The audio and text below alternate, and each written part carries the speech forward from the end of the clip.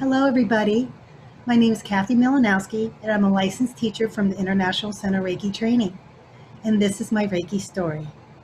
It goes back about 3 years ago. I was expanding my knowledge from the western parts of Reiki to the eastern parts. And I took a course from Frank Arjava Petter of Jigen and Reiki. And as I was preparing for this course a month prior, I was told that I should know the Reiki ideals in Japanese by heart. So this kind of frightened me a little bit, because my pronunciations aren't always so crisp and clear.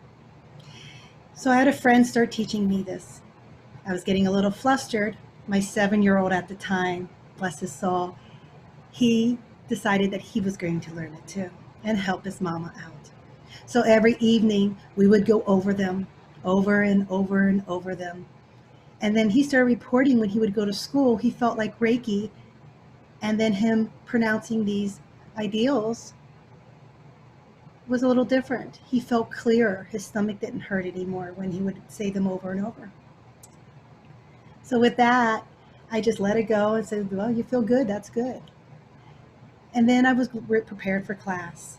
I go to New York, and I had the opportunity to stay with other students and Frank Arjava Petter in a beautiful 3-story Victorian home. I was in the middle floor, but each floor had their own showers. The upper floor was less populated, so I would go very early in the morning before everybody woke up and go take my shower on the 3rd floor. And when I did, I felt like there was a dense presence in the area. I didn't really care for it, so I told my friends about it that morning at breakfast. Later on that day, we had class. That night, we all had dinner together, and then I retired early. Another practitioner needed to retire too, but they didn't want to go. Frank did ask why you looked tired going upstairs, and she said that she didn't feel like it. There was something just icky up there or whatever, just a feeling. So he gave them the first lesson. He took everybody upstairs that were awake, and he went over these in Japanese.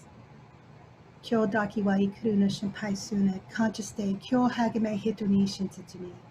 Kyo daki wa ikuru no shinpai sune, conscious day, kyo hagime hito ni shinsetsu ni. Kyo daki wa ikuru no shinpai sune, conscious day, kyo hagime hito ni shinsetsu ni. And he explained how it could clear a room, clear a person, clear whatever you need is your intent. They're magical when you say them in Japanese, the frequency. The next day, I go take my shower. I feel no presence. Everything feels clear and good. I report it.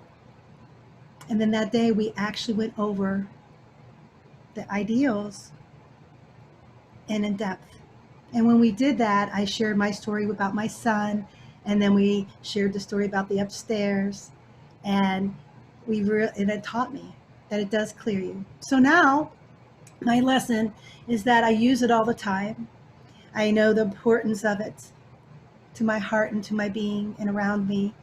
And I also know that I use it in my classes. If I'm teaching on in video, online now as we teach, I teach the first thing, how to clear themselves. And since I can't go ahead and do sage or anything, I go ahead and teach them already so they know it, the Reiki ideals in Japanese. And we do it over and over. And when they learn it, they feel the feeling of the clarity. This is my Reiki story.